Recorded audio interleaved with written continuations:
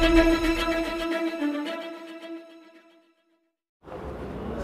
आप अपना परिचय दीजिए और प्रेस कॉन्फ्रेंस बुलाने की क्या वजह है?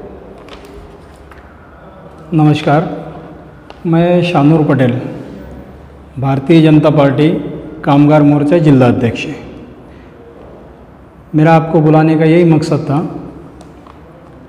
कि मैं 9 महीने से मैं जो लीगल जो प्रोसीजर कर रहा हूँ, जो पाठ पुरावे कर रहा था, वो साजापूर ग्रामपंचायत हद्दीतला एका सुलेमान शेख वैयक्तिक नावाचा माणसानं मस्जिदच्या जागेवर अतिक्रमण केलं होतं।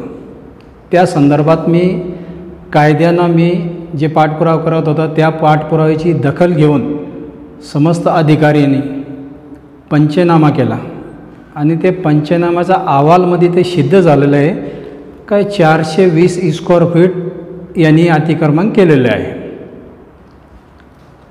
दुसरा विषय हे आहे की ज्याच्या नावावर ते जागा होती ते जागा फक्त 1380 होती। त्याच्या ग्रामपंचायतमध्ये 1380चा रेकॉर्ड होता। मग त्या माणसानं तर जागा विकलीच नाही आणि त्या माणसानं कोणतीही रजिस्ट्री करून दिली नाही। त्याच्यानंतर त्याच्या मुलांना ह्या रजिस्ट्री करून दिली आणि मुलांना ग्रामपंचायतमधून ग्रामसेवक BDO कटारे यांनी डुप्लिकेट नंबरच्या आधारात 1820ची नोंद लावली आणि ते नोंद देऊन नंबर 8 देऊन मोहम्मद हनीफ सय्यद लाल यांनी नाजिमा सुलेमान शेख यांना रजिस्ट्री करून दिली। त्याच्यानंतर मी पाठपुरावा केल्यानंतर ते अहवालमध्ये ते सिद्ध झाला आणि ते 15 तारखेला समस्त पंचायत समिती BDO साहेब यांनी साजापूर ग्रामपंचायतला आदेश दिला काय तात्काळ अतिक्रमण काढण्यात यावा। मग 14 तारखेला ग्रामपंचायतनं समोरच्या माणसाला नाजिमा सुलेमान शेख यांना नोटीस बजावली काय तुम्ही 15 दिवसाचं त्यांना अल्टिमेटम दिलं का तुम्ही 15 दिवसात हे अतिक्रमण काढा, नाहीतर आम्ही कायदेशीर ते पाळू आणि ते 100% पाळणार आहे। या सर्व प्रकरणामध्ये मी जे पाठपुरावे केली तर या सर्व प्रकरणामध्ये जर मस्जिदची जागा आहे म्हणून मी हे बाहेर काढलं आणि त्याच्यावरती अनलिगल कमीत कमी अंदाजी किंमत 1.5 करोड रुपया अशी एक तिथं मोठी 3 मजली बिल्डिंग बनवण्यात आली। त्यानं ग्रामपंचायतमधून कोणतीही बांधकाम परवानगी घेतलेली नाही किंवा कोणताही कर त्यांनी भरलेला नाही आहे। ते मी नाही सांगत, हे ग्रामपंचायतमध्ये आणि पंचायत समितीच्या अधिकारीने जे अहवाल पाठवलं त्याच्यामध्ये ते सिद्ध झालेलं आहे। आता माझं पत्रकार परिषद घेण्याचा मुद्दा हा होता काय माझी राजकीय पक्ष जे आहे, कोणताही पक्ष असो किंवा बाहेरचे इतर लोक असो, यांच्याशी माझा काही संबंध नाही आहे किंवा कोणत्याही माणसासोबत माझा वैयक्तिक वाद नाही आहे। तर हा मस्जिदच्या जागेवरती बरेच लोकांनी असे वेगवेगळ्या गावामध्ये वेगवेगळ्या जिल्ह्यामध्ये किंवा वक्फ बोर्डच्या जागेवरती बरेच लोकांनी हे अतिक्रमण केलं आहे। आणि हा नाजिमा सुलेमान शेख याचे पती सुलेमान रुस्तम शेख हा काँग्रेसचा कार्यकर्ता आहे। ह्या काँग्रेसच्या कार्यकर्त्यांना मस्जिदच्या जागेवर अतिक्रमण केलं ह्या सिद्ध झाला।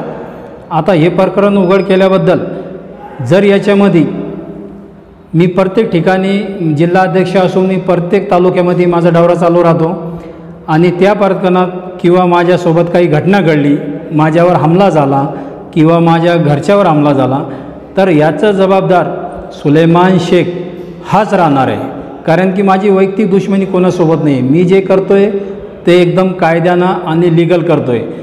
डॉक्टर बाबासाहेब आंबेडकरांनी जे कायदा दिलेला आहे ते कायदा हातात धरून मी हे सर्व काम करतोय, मी अनलिगल करत नाही। आणि या सर्व प्रकरणामध्ये जर माझ्या जीवाला जर काही बरं वाट झालं त्याचा जबाबदार हाच राहणार आहे। एवढंच माझे 2 शब्द संबोधतो। जय हिंद, जय महाराष्ट्र।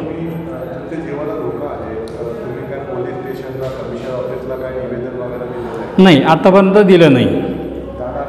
हां, जाणार आहे मी डायरेक्ट CP साहेबापाशी जाणार आहे आणि एक तक्रार दाखल करणार आहे का बाबा अशाच्या घटनामध्ये मी सर्व प्रकरण बाहेर काढल्यामुळे जर माझ्या जीवाला काही झालं तर याचा जबाबदार हा वैयक्तिक असणार आहे. आतापर्यंत काय तुम्हाला फोन वगैरे धमकीचा आलेला आहे का काय तुम्हाला? नाही, आलेलं आहे ना.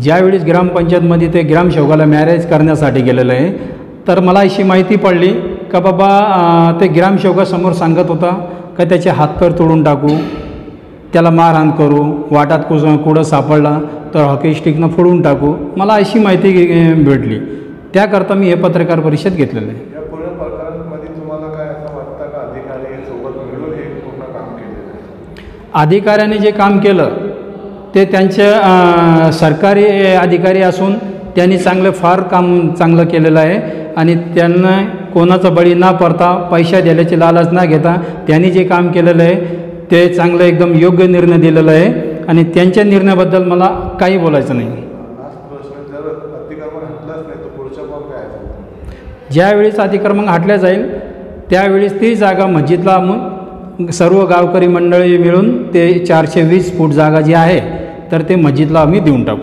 पूर्ण गाव तुमच्या सोबत आहे का? हां, टोटल डॉक्युमेंट माझ्यासोबत आहे, याच्यामध्ये काही कसर नाही आहे आणि मी जे करतो ते सर्व लिगल करतो. मस्जिद कुठे आहे आणि काय नाव आहे मस्जिदचं? मस्जिद ते जुनी मस्जिद होती, कमीत कमी 1985 पासून मस्जिद होती. ते मस्जिदची जागा होती. पहिले लोक तिथं नमाज पढत होते. त्याच्यानंतर आता तिथं मस्जिदचे रूमं बांधलेले आहे. त्या रूमाचे जे पैसे येतात त्याला ते आमचे मस्जिदचे जे इमाम राहते त्यांना ते पेमेंट वगैरे त्या रूमाच्या पैशामधून द्यावं लागतं.